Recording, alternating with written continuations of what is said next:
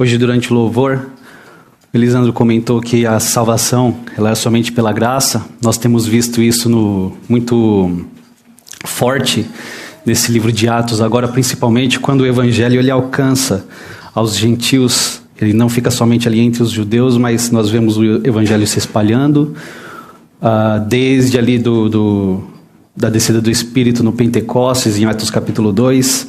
Em seguida nós vemos Pedro pregando a palavra, outros discípulos e os apóstolos também na pregação intensa da palavra, levando o evangelho aquilo que era, vou dizer, esquecido pelos gentios, por todo o mundo, mas que através da vinda de Jesus e da pregação dos apóstolos, o evangelho ele se expandiu por todo o mundo, né? E nós temos visto isso durante os capítulos de Atos, né? Terminamos o Evangelho de João, falando um pouco da história de como foi quando Jesus esteve aqui neste mundo, como ele agiu, as coisas que ele cumpriu, cumprindo a vontade de Deus pela graça e misericórdia dele. E assim, hoje nós estamos aqui por causa dessa pregação, por causa desse ato que foi feito, executado em Jesus, desde a eternidade para toda a eternidade. Lá no livro de Mateus, capítulo 28, versos 19 e 20, diz assim: Jesus disse: portanto, ide, fazei discípulos de todas as nações, batizando-os em nome do Pai, do Filho e do Espírito Santo, ensinando-lhes a obedecer a todas as coisas que vos ordenei. E eu estou convosco todos os dias até o final dos tempos. E nós vemos, através disso daqui, dessa ordem de Jesus para que nós levemos o Evangelho para o mundo todo, nós descobrimos que existe uma tarefa só nessa vida cristã, enquanto vivemos aqui neste mundo, que ela está restrita à vida que nós estamos vivendo aqui na Terra, que é a pregação da palavra, a evangelização. Algo que, quando estivermos já com o nosso Senhor Jesus transformados para toda a eternidade, não haverá mais a necessidade da evangelização, da pregação da palavra. Lá nós vamos viver outro estado que o Senhor tem preparado para nós. E na pregação, nessa divulgação, nesse trabalho árduo que a igreja já vem enfrentando há muito tempo, nós vemos aqui desde desse episódio onde os apóstolos estão pregando a palavra, ainda por ali, na Judéia, que foi se espalhando por Samaria, já alcançou os gentios nesse ponto da história que nós estamos. E a partir daí em diante, aqui nesse capítulo 15 de Atos que nós vamos ver hoje, haverá mais um ponto onde nós vimos, na verdade já começamos a ver a semana passada, o pastor Éder falou conosco, de um problema que estava havendo entre os judeus ali na pregação da palavra aos gentios. Alguém lembra daqui da semana passada, está bem recente ainda, houve o problema da circuncisão. Porque alguns judeus que vieram de lá, desceram de Jerusalém até a Antioquia, começou a pregar a palavra de Deus, anunciar o evangelho, só que colocando algumas condições. Uma das condições qual que seria? A circuncisão, que ela estava somente restrita aos judeus, que era um costume onde para eles era algo indispensável, era fundamental para a salvação, algo que a palavra não estava impondo, algo que o próprio evangelho, o próprio Jesus não estava impondo sobre os gentios. Então eles começaram a pregar. Paulo e Barnabé, enquanto estavam ali em Antioquia pregando a palavra, vieram esses judeus, fariseus, conhecedores da palavra, espalhando entre eles e brigando, discutindo com eles de que para os gentios serem salvos, eles tinham que seguir tudo aquilo que o próprio judaísmo já estava vivendo, já estava não somente pregando, mas no seu dia a dia vivendo aquilo que estava nas leis judaicas. E principalmente quando Jesus esteve aqui, ele fez algumas observações, não somente essa lei, mas as leis orais que o judaísmo tinha naquela época. E aí tem até hoje, provavelmente. Então, essa condição que eles estavam propondo para os gentios serem salvos, Paulo ele bate de frente com essa situação. Nós vimos semana passada como que foi esse episódio, como que foi essa briga intensa, que chegou a levar eles a terem uma reunião mais intensa lá em Jerusalém, diante dos apóstolos Pedro, Tiago, que eram os líderes da igreja, para poder discutir justamente esse assunto, que alguns fariseus chegaram lá e começaram a bater de frente com Paulo e Barnabé, dizendo a respeito dessa circuncisão. E em seguida, nos próximos versículos, passando já do início desse capítulo 15, falando desse problema do concílio que teve e de tudo que foi acertado, no texto de hoje nós queremos ver um pouco e pontuar algumas lições ou algumas verdades a respeito de como foi essa caminhada, de como que progrediu depois desse concílio, depois dessa decisão tomada entre os apóstolos, o que aconteceu com a igreja, tanto judaica quanto a gentílica. E uma frase que eu gostaria de deixar para os irmãos para meditar depois, durante a sua análise da palavra, a sua análise da minha análise, ou na meditação da palavra no seu dia a dia. Dentro desse texto nós vemos que a vitória da verdade e a vitória do amor, elas foram de uma maneira não somente decidida humanamente, mas de uma maneira onde Deus confirmou também essa verdade, essa vitória que a igreja conquistou nessa passagem da história da igreja do nosso Senhor Jesus Cristo. Bem, então vamos entrar nos primeiros versículos. Versículo 22 diz: Então os apóstolos e presbíteros, com toda a igreja, decidiram escolher alguns dentre eles e enviá-los a Antioquia com Paulo e Barnabé. Lembrando que por causa da briga que teve entre Paulo e os fariseus, foi necessário ter esse concílio para que eles discutissem essa decisão, que Paulo estava trazendo e pregando a respeito do evangelho da graça, de que não era necessário para os gentios se circuncidarem para serem salvos. Então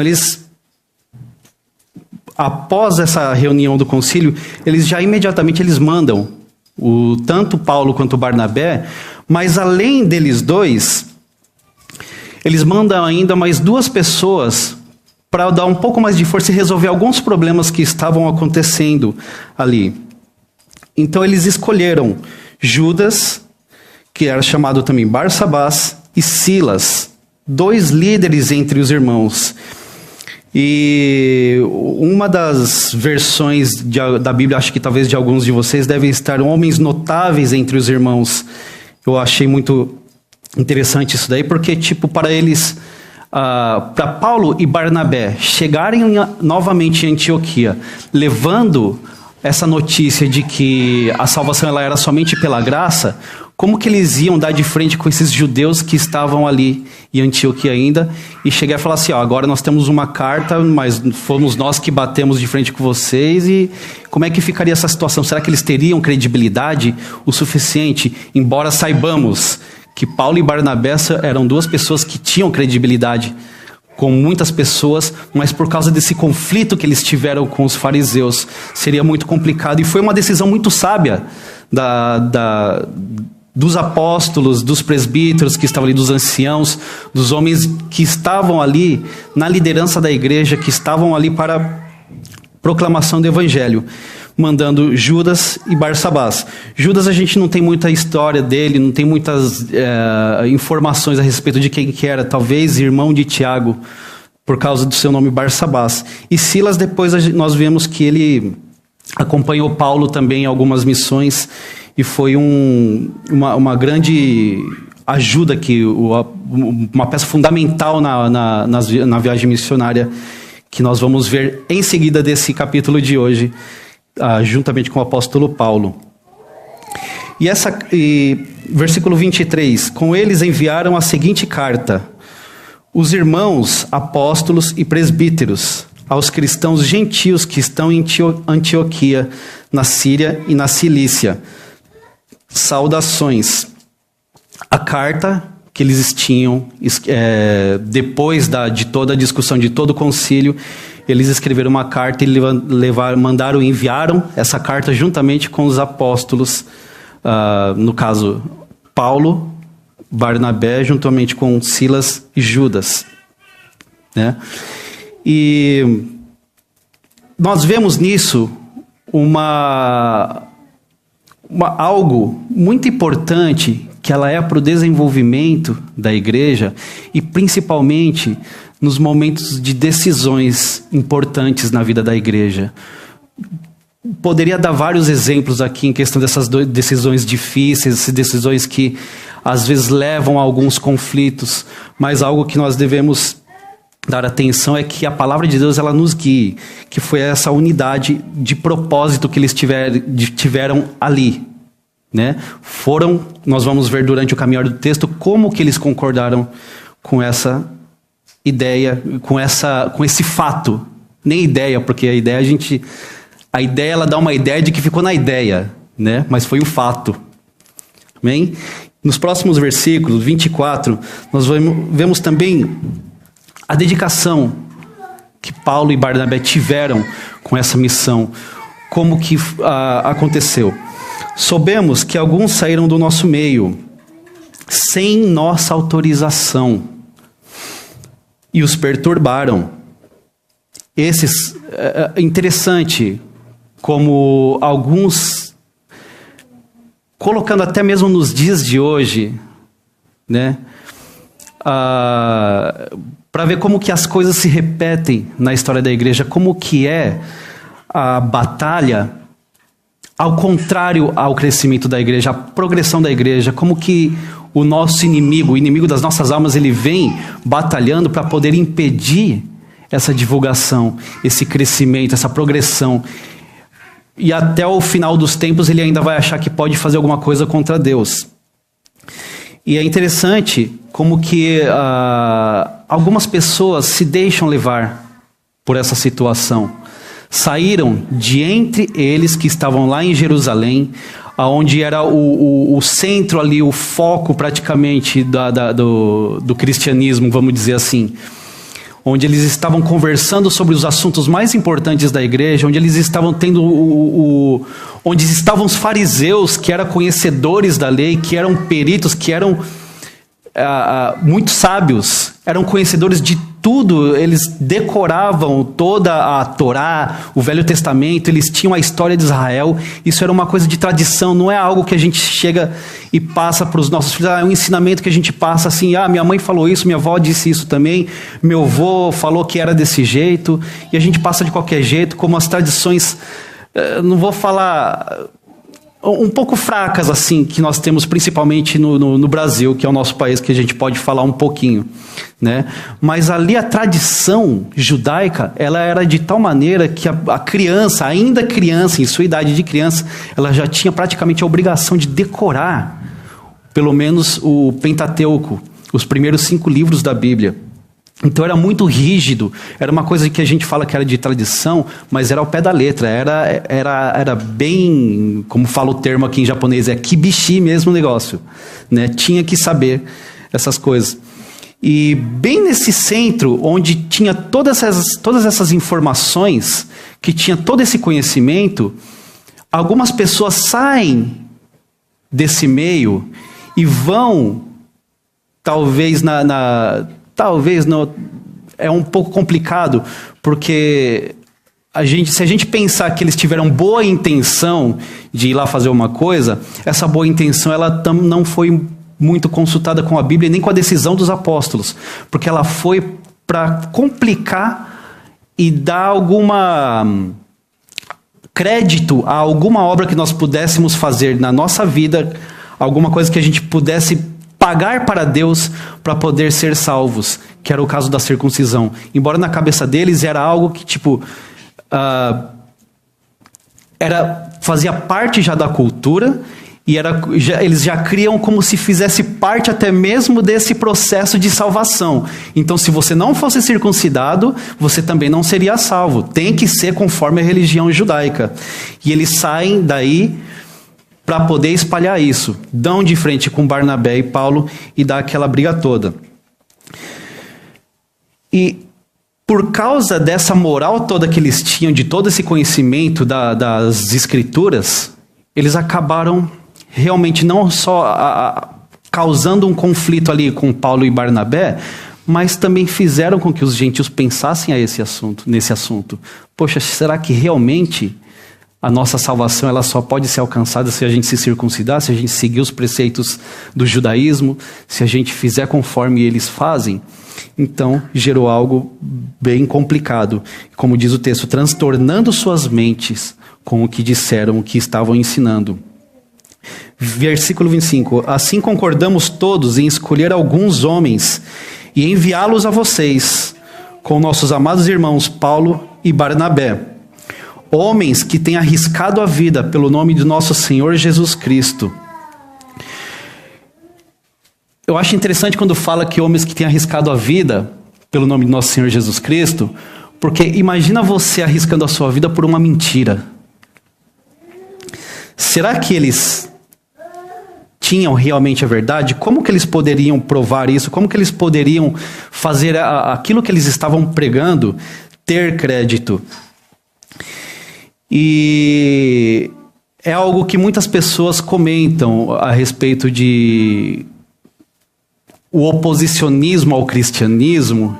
Ele prega muito que os fatos bíblicos são mentirosos, são mitos, são contos, são talvez uma tradição de algum povo que fala que teve um acontecimento, mas ninguém pode provar nada.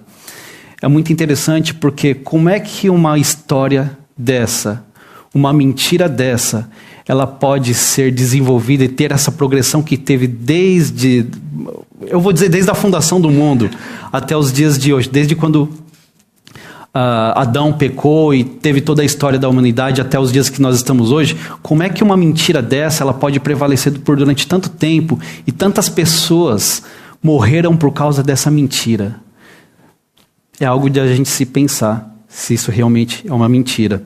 Creio que não há na cabeça de ninguém que está aqui hoje, né? Mas é algo que nós precisamos pensar a cada dia, né? E versículo 27. Portanto, estamos enviando Judas e Silas para confirmarem verbalmente o que estamos escrevendo. E uma das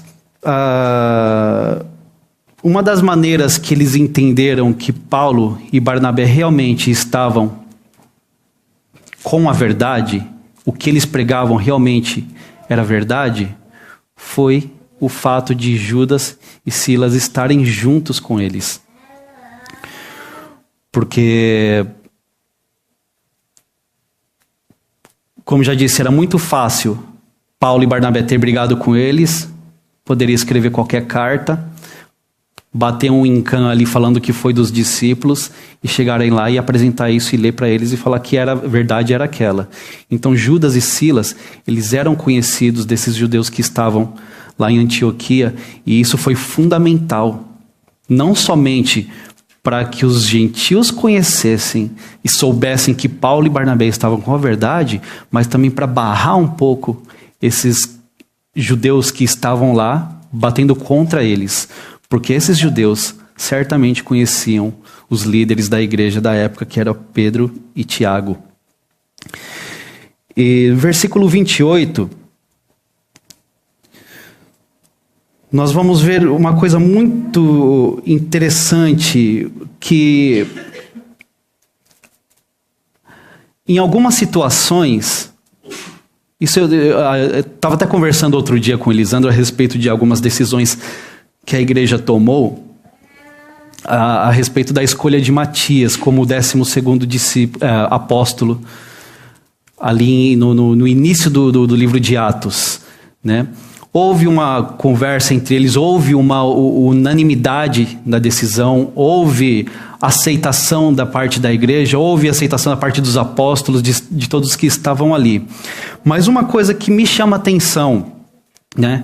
Algo que não devemos parar de estudar isso daqui para a cada dia saber melhor a verdade, mas uma coisa que me chama muita atenção nesse texto especificamente é a questão desse pareceu bem ao Espírito Santo e a nós não impor a vocês nada além das seguintes exigências necessárias.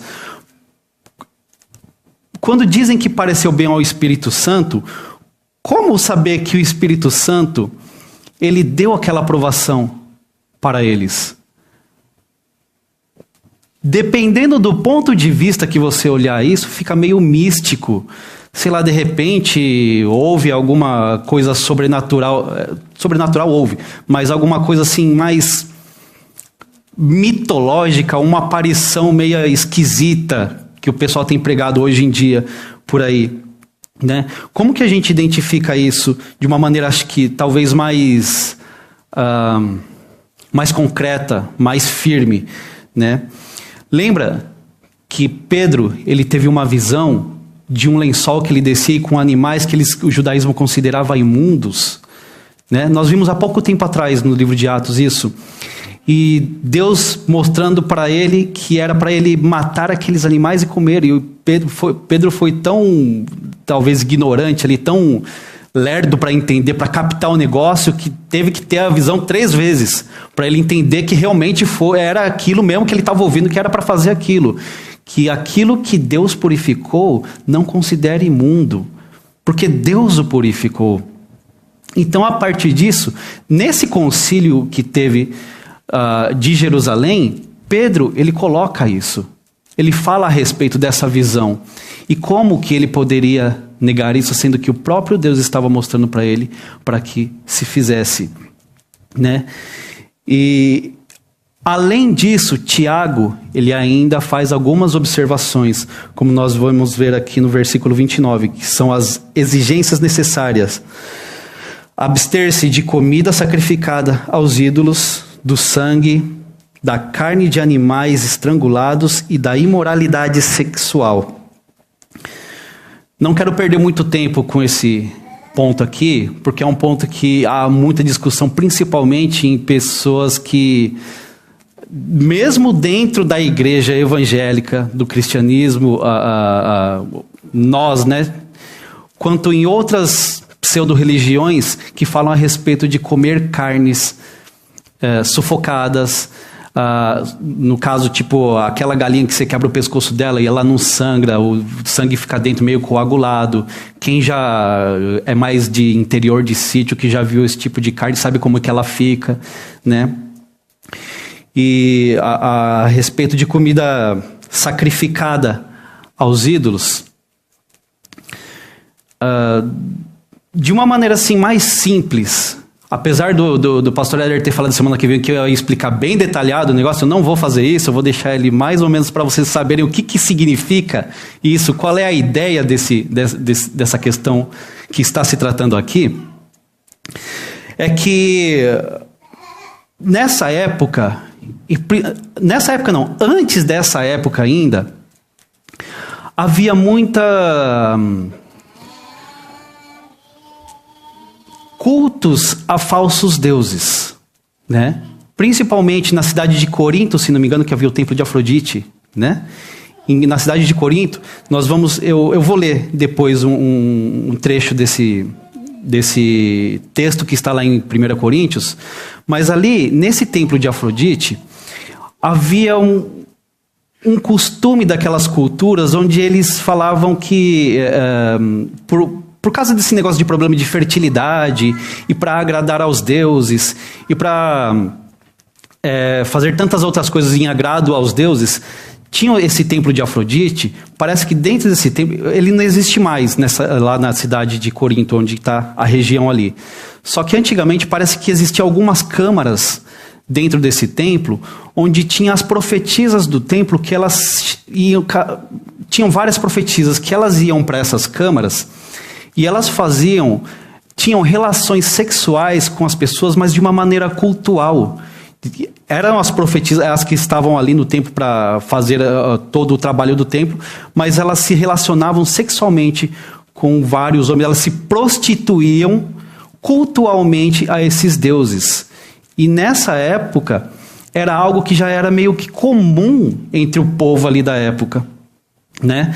Mas antes disso ainda, a questão de se abster da imoralidade sexual, a gente vê também que na cultura judaica, lá em Levítico, Deus deixou para Israel, quando Moisés estava escrevendo a lei, Deus deixou para Israel bem especificado, bem detalhado a respeito do que seria essa imoralidade sexual, que na questão de relações sexuais entre pessoas da sua família, mesmo na época de Levítico, no Egito e povos anteriores a esse, acontecia a questão de relacionamento entre pais e filhos, a questão do incesto, né? Relação sexual de homens com animais, ou de filho com mãe, ou pai com filha, ou com tio, com prima. Esse relacionamento não era... Deus deixou bem claro para Israel que não era algo que deveria ser feito. Então, por causa dessa lei, por Moisés ter sido praticamente o maior profeta de Israel, era algo seguido à risca, mais ou menos à risca. E para os religiosos da religião judaica, isso era um absurdo, isso era uma blasfêmia, isso era algo... E realmente é. Não estou discordando disso, né? Então imagina dois ambientes assim. Um que considera isso imundo, uma coisa terrível, que não pode acontecer de jeito nenhum. E outra cultura que ela se considera meio que normal, né? Nessa época também disse a história que tinham homens, mais na área da nobreza, que os homens casados, alguns eles tinham até os seus meninos para abusar deles nas relações sexuais. Era algo praticamente comum. E isso daí é inegociável, não tem como acontecer. Então Tiago trazendo essa dica aqui para eles, a questão da imoralidade sexual, se relaciona a isso.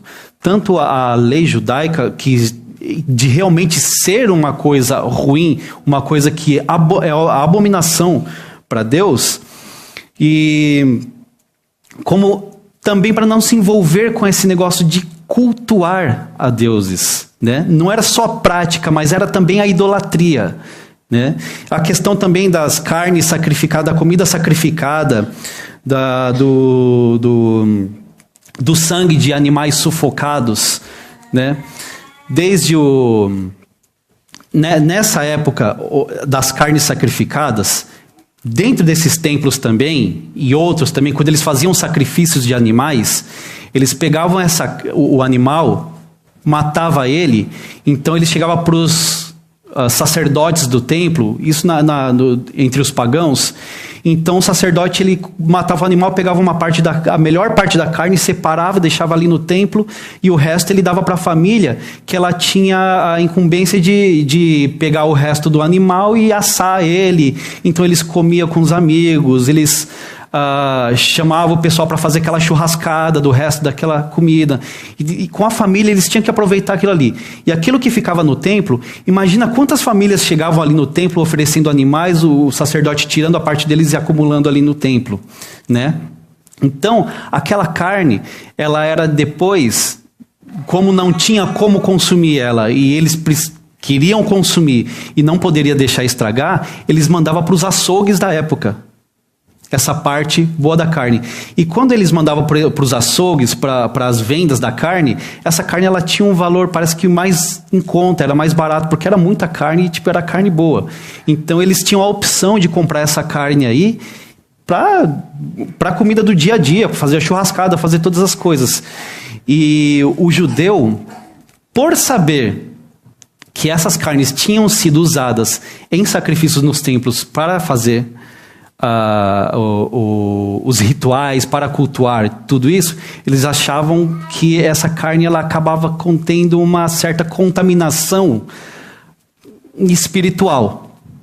acabava achando que isso daí, por ter passado pelo templo, estava contaminado, então tipo não tinha como a gente comer, porque tava suja, tava da pior maneira que você pode imaginar, né? E Paulo ele dá algumas dicas a respeito disso, né? E antes de eu ler, porque eu quero explicar isso daí com a própria palavra de Deus no livro de Coríntios, mas deixa eu só passar para a parte dos animais sufocados, que também é um pouco interessante. A questão do sacrifício dos animais, que eles eram mortos, mas o seu sangue ele não era derramado, né? Desde o Antigo... Na Bíblia, Deus começou a permitir que o homem comesse carne a partir do dilúvio, né? Então, a partir desse momento, o sangue ele era derramado, era como um exemplo mais fácil para entender. Lembra do episódio onde Moisés estava com Israel no Egito e as cobras vinham do deserto e picavam as pessoas? Deus manda que Moisés levante uma serpente de bronze ali, para que todos aqueles que olhassem para a serpente seriam curados. Aquilo era uma tipificação, era um tipo, o que simbolizava que futuramente viria aquela pessoa que todos aqueles que olhassem para ele seriam curados da doença do pecado e seriam salvos. Mas Deus mandou construir essa serpente para ela ser adorada? Não. Era simplesmente um tipo de Cristo, uma tipificação, algo que estava acontecendo na época, que aponta para a pessoa de Jesus. Quando Jesus veio ao mundo, deu a sua vida, derramou o seu sangue e morreu para saciar a ira de Deus e ainda nos salvar da condenação do inferno, todas essas coisas são cumpridas. Então esse derramamento de sangue que nós vemos na palavra, ele também era uma tipificação disso. E Jesus, quando ele vem, ele cumpre isso. Então a partir daí não é mais necessário isso.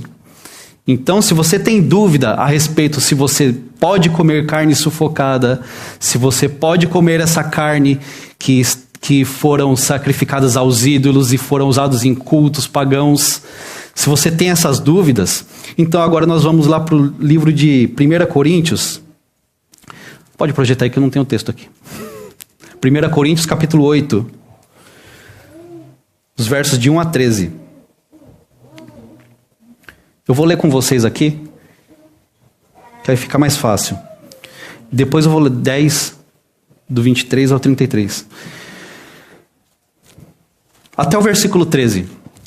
Ora, no tocante às coisas sacrificadas aos ídolos, sabemos que todos temos ciência. A ciência incha, mas o amor edifica. Se alguém cuida saber alguma coisa, ainda não sabe como convém saber.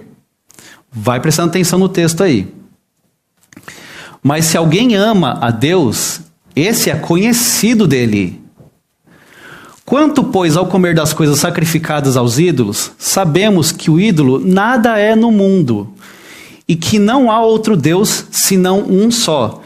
Então lembre que, como eles tinham a consciência de que, Paulo principalmente tinha consciência de que não há outro Deus, só há um, então não haveria problema de você ter medo de qualquer coisa que você tivesse ter sido sacrificado a outro ídolo, a qualquer ídolo inventado pelos homens, que nada disso seria válido. Pois, ainda que haja também alguns que se chamem deuses, quer no céu, quer na terra, como há muitos deuses e muitos senhores, ele está dando um exemplo, tá? Todavia, para nós há um só Deus, o Pai de quem são todas as coisas e para quem nós vivemos. E um só Senhor, Jesus Cristo, pelo qual existem todas as coisas e por ele nós também. Entretanto, nem em todos há esse conhecimento. Aqui começa Paulo a explicar alguma coisa também bem interessante. Pois alguns há que, acostumados até agora com o ídolo, comem como de coisas sacrificadas a um ídolo. E a sua consciência, sendo fraca, contamina-se. Não é, porém, a comida que nos há de recomendar a Deus, pois não somos piores se não comermos, nem melhores se comermos. Mas vede que essa liberdade vossa não venha a ser motivo de tropeço para os fracos. Porque se alguém te vir a ti, que tem ciência, reclinado à mesa em templo de ídolos, não será induzido, sendo a sua consciência fraca, a comer das coisas sacrificadas aos ídolos. Pela tua ciência, pois, perece aquele que é fraco, o teu irmão por quem Cristo morreu. Ora, pecando assim contra os irmãos e ferindo-lhes a consciência, quando fraca, pecais contra Cristo. Último versículo, pelo que se a comida fizer tropeçar ao meu irmão, nunca mais comerei carne, para não servir de tropeço ao meu irmão. Entenderam mais ou menos o que Paulo quis dizer? Vamos lá para o capítulo 10, ler rapidinho. A partir do 23. Todas as coisas são lícitas, mas nem todas as coisas convêm. Todas as coisas são lícitas, mas nem todas as coisas edificam. Ninguém busque o proveito próprio, antes cada um de outra pessoa, do seu próximo. Comei de tudo quanto se vende no mercado, nada perguntando por causa da consciência. Pois do Senhor é a terra e a sua plenitude. Se, portanto, algum dos incrédulos vos convidar e quiser dizer, comei de tudo, o que se puser diante de vós, nada perguntando por causa da sua consciência. Mas se alguém vos disser, isto foi oferecido em sacrifício, então não coma, por causa daquele que vos advertiu e por causa da consciência. Consciência, digo, não a tua, mas a do outro, aquele que nos versículos anteriores ele falou que era o fraco. Pois porque há de ser julgada a minha liberdade pela consciência... Por que há de ser julgada a minha liberdade pela consciência de outro? E se eu, com gratidão, participo, por que sou vilipendiado por causa daquilo por que dou graças? Portanto, quer comais, quer bebais, ou façais qualquer outra coisa, fazei tudo para a glória de Deus. Não vos torneis causa de tropeço, nem a judeus, nem a gregos, nem a... Bem aqui nesse versículo, irmãos, não vos torneis causa de tropeço, nem a judeus, nem a gregos, nem a igreja de Deus. É que prestem atenção nesse versículo, porque Paulo ele está falando... Não sei se eu posso considerar esse versículo chave, mas ele, pelo menos do meu ponto de vista, todo esse assunto que ele tratou, acho que até aí mesmo, todo esse assunto que ele tratou, se diz a isso. Por que você, a comida, se você deixar de comer, você vai ser prejudicado? Você vai perder sua salvação? Você vai emagrecer? Vai. Você vai, qualquer coisa... Então, por que você vai escandalizar o seu irmão por causa de comida? Ou por causa de algum prazer que você tenha na vida? Ou por causa de algum costume que você tem, que você sabe que não há outro Deus, não há Deus fora do nosso Deus. Não há qualquer coisa que possa ser, nem tentar comparar com o nosso Deus. Não existe nada. Por que você vai na frente de um irmão que ele ainda não tem essa maturidade, fraco que ele fala ali, uma pessoa que ainda não entendeu aquilo? Talvez pessoas que ainda estavam muito envolvidas com os cultos, com a cultura da época, que estavam ainda envolvidos com o legalismo, né? Então, não é fraco que a pessoa é fraca, ela é ruim ou qualquer coisa assim. Ela está ainda num ponto de imaturidade. Os cristãos que já são maduros, que têm essa consciência, que sabem dessas coisas, então se sabe que tem alguém do seu lado, que tem um amigo, você pega um amigo teu, você vai passear com ele em algum shopping, algum depato, qualquer coisa, e de repente ele vê que você vai comer alguma coisa sacrificada a ídolos, né? Por que você vai comer na frente dele? Né? É algo para a gente pensar também, porque às vezes, não só diante de comida, mas diante de atitudes nossas, que a gente, algo mais recente, que é um pouco discutido entre cristãos, a questão da bebida, do vinho, né? Se você sabe que o seu irmão não tem ainda a maturidade de entender que o vinho ele não vai te condenar, Entendeu? Por que você vai tomar vinho na frente dele? Né? Agora toma cuidado para não encher a cara. Porque dependendo do que você fizer é pecado. Você não pode depender dele. Ele não pode controlar a tua vida. Entendeu? Mas por que nós vamos fazer alguma coisa que vai irritar o nosso irmão? Eu não me importo se ele está incomodado ou não, porque eu sei que não é errado. O pastor, o pessoal lá da igreja sabe que não é errado, por que eu vou ter que tomar cuidado com essa pessoa? Essa pessoa, ela fala de todo mundo mesmo, e o que eu tenho com isso? Paulo responde, né? Não por sua causa, porque você tem a consciência de que isso não vai te fazer mal, mas o seu irmão que ainda é fraco na fé, que não tem essa maturidade, não tem esse conhecimento, ele vai se escandalizar e você peca por causa disso. Então, são essas coisas. Principalmente na questão da idolatria que esse texto está tratando a respeito de comida sacrificada aos ídolos, do sangue, da carne de animais estrangulados e da imoralidade sexual. Coisa que creio que todos nós aqui temos a consciência, sabemos que agradam ao Senhor e as coisas que não agradam ao Senhor também. Entendido ou complicado? Legal? Então, aqui nós vimos, nessa questão da confirmação que pareceu bem ao Espírito Santo, né?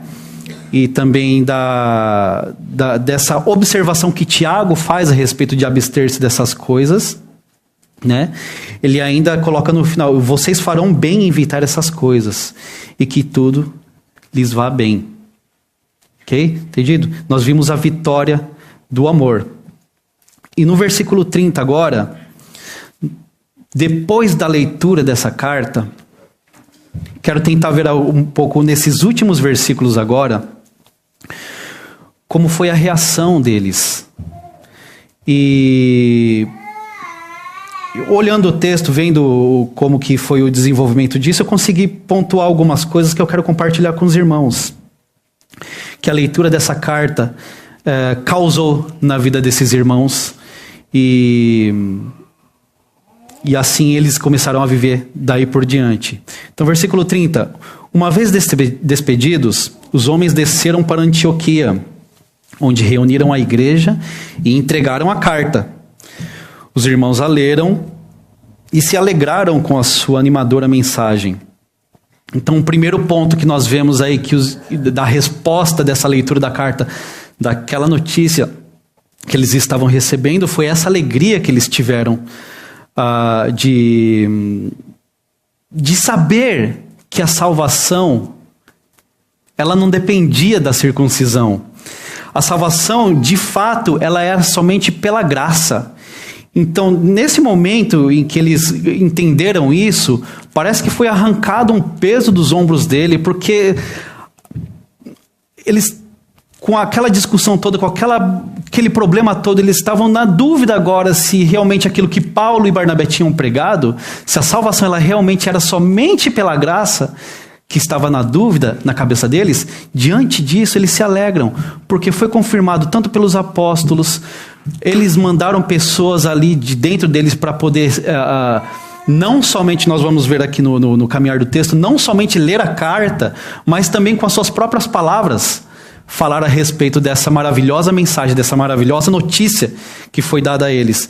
Agora, toda a preocupação tinha se extirpado da vida deles. Estava definido. Salvação, como o pastor Éder pregou semana passada, sola gratia, somente pela graça nós temos a salvação.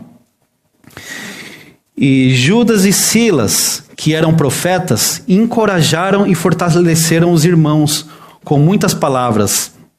Um outro ponto também foi essa questão eles foram também consolados por essa notícia, por essa grande notícia que eles estavam recebendo. Eles não precisavam mais temer que a sua salvação já não era mais genuína.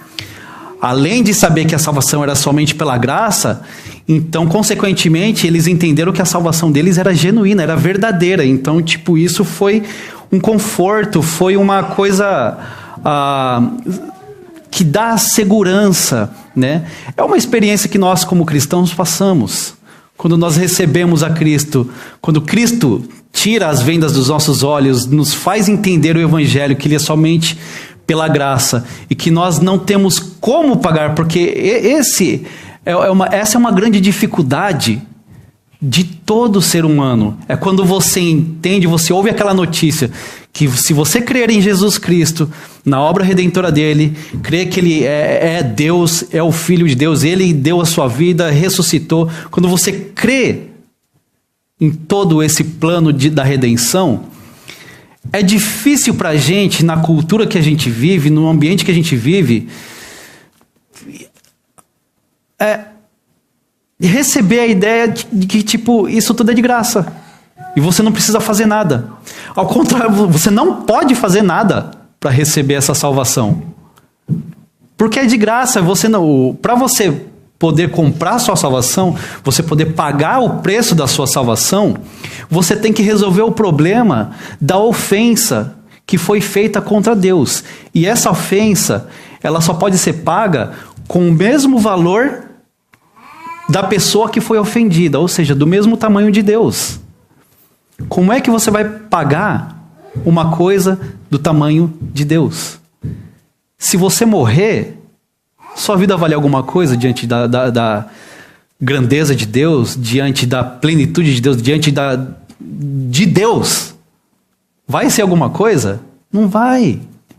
Nem com a nossa própria vida, porque nós, por causa do pecado de Adão, somos pecadores.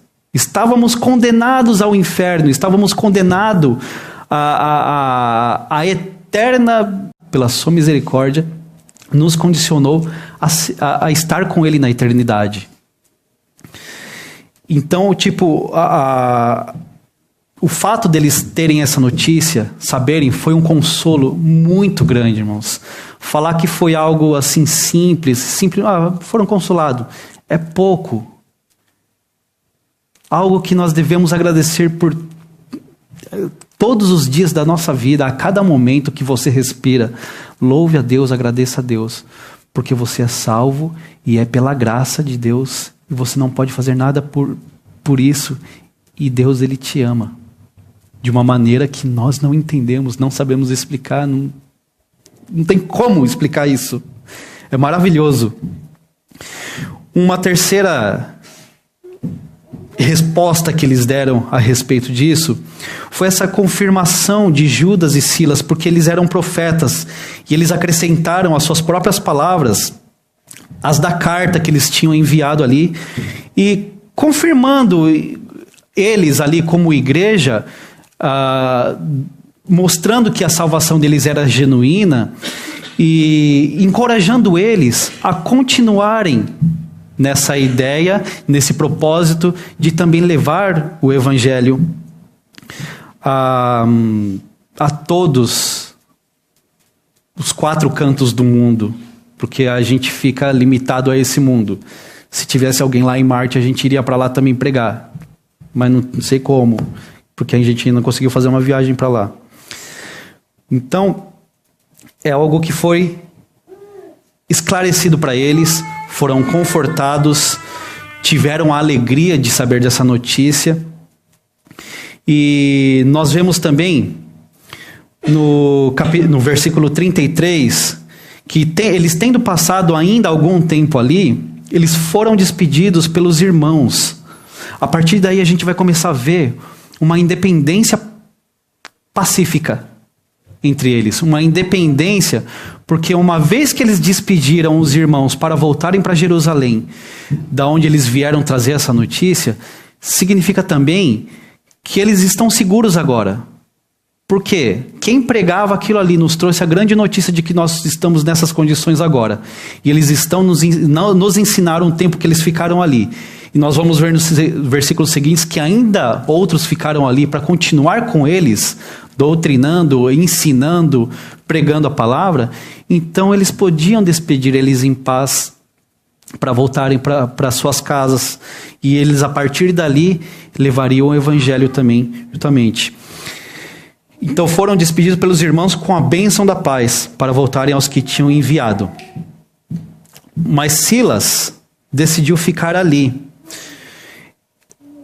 Mas Paulo e Barnabé permaneceram em Antioquia, onde com muitos outros ensinavam e pregavam a palavra do Senhor. E aqui nós vemos isso. E o motivo também que nós vemos de Paulo e Barnabé ter ficado ali, talvez Silas também, né? Mesmo o verso dizendo que Silas também ficou,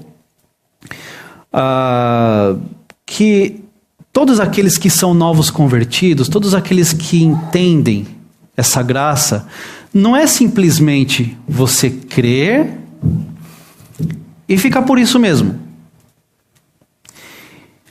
Efésios diz que todos devem ser maduros em Cristo. No capítulo 4, versículo 11. Então, uma vez que uma pessoa ela nasce para a vida eterna, ela precisa ser discipulada, ela precisa ser instruída. Então ela precisa de um acompanhamento para ter teoria, para ter exemplo, para que eles possam fazer coisas juntos. Alguém que está discipulando uma pessoa, ele envolve a pessoa nessa questão da divulgação do evangelho. Ele ensina, ele dá a teoria, ele fala a respeito da palavra de Deus. A teoria é a palavra de Deus. E essa palavra de Deus, ela precisa ser entendida pela pessoa. E a partir daí ela tem não somente o exemplo de quem está discipulando, mas ela também tem um momento de interagir, estar junto, fazendo as mesmas coisas. Como ela aprendeu, agora ela sabe a mensagem que ela tem que pregar, ela tem que ir para o campo de batalha, ela tem que fazer o trabalho dela. Como eu falei, que Jesus mandou para que nós fôssemos pregar e discipular, ensinar e pregando a palavra. Eles precisam juntamente fazer isso. É a mesma coisa da ideia de você chegar para um bebê que nasce, recém-nascido, e chegar para ele e falar, ó, a mãe saiu lá na hora, ó, cara, se vira agora, mano. Vai esquentar teu leitinho, vai fazer a sua papinha, se vira e vê o que você faz da vida. De repente você cresce aí, consegue ser alguma coisa na vida. Tem condições de fazer isso? Nós somos da mesma maneira quando nós nascemos espiritualmente. E nós precisamos desse acompanhamento, nós precisamos desse ensinamento para que possamos pregar a palavra com sabedoria, com consciência e conforme o Espírito Santo de Deus nos instrui. E isso levou eles, como diz o final do versículo 25, que Paulo e Barnabé permaneceram em Antioquia, onde com muitos outros ensinavam e pregavam a palavra do Senhor. Então nós vemos aqui uma conclusão em que a palavra de Deus foi pregada, foi entendida, e ela está dando continuidade daquilo que Jesus mandou que nós fizéssemos. É maravilhoso isso. E é o que nós temos que fazer. Né? Não somente com as nossas palavras, com o nosso conhecimento teológico da coisa, mas também com as nossas atitudes. Porque se você fala de coisas que você não vive, você acaba se prejudicando. E acaba prejudicando também aquele que é fraco na fé. Como é que o cara vai lá para me fazer uma coisa se ele mesmo não faz? Né? Algo que nós precisamos observar, né? Sempre fugindo do legalismo, daquilo que o legalismo nesse sentido que, por exemplo, os próprios judeus falaram para eles que, para você ser salvo, você tem que circuncidar, você tem que seguir o que a gente faz também, tá? Não sei o quê. Isso é certo, isso é errado, isso você pode fazer, isso você não pode, né? Mas com a consciência da palavra, com a condução da palavra e com a revelação, a iluminação do Espírito Santo de Deus sobre nossa vida, nós temos capacidade para fazer isso e é o nosso dever, para a honra e glória do nome do nosso Senhor Jesus. Amém? Só para finalizar, deixei 3 perguntas para a gente meditar, não somente no dia de hoje, mas no nosso dia a dia. Como receber a palavra da verdade? Nós vimos hoje como que a igreja gentílica recebeu aquela palavra e como foi a reação deles. Será que nós estamos encaixados realmente conforme deve ser? Será que nós estamos recebendo a palavra do Senhor com alegria, com consciência? Como agir diante desse legalismo? Como que você tem feito? Você tem se juntado a esse legalismo dizendo que as coisas devem ser desse jeito, de uma maneira que nem você, nem os seus pais, nem os nossos antepassados conseguiram fazer? Como que você vai impor isso a outras pessoas? Como estamos recebendo os novos convertidos na nossa vida? E como levar a palavra da verdade? Será que nós temos levado a palavra da verdade? Com os nossos próprios sentimentos, com aquilo que a gente acha que deve ser, ou com a verdade da palavra de Deus? Pensemos nisso.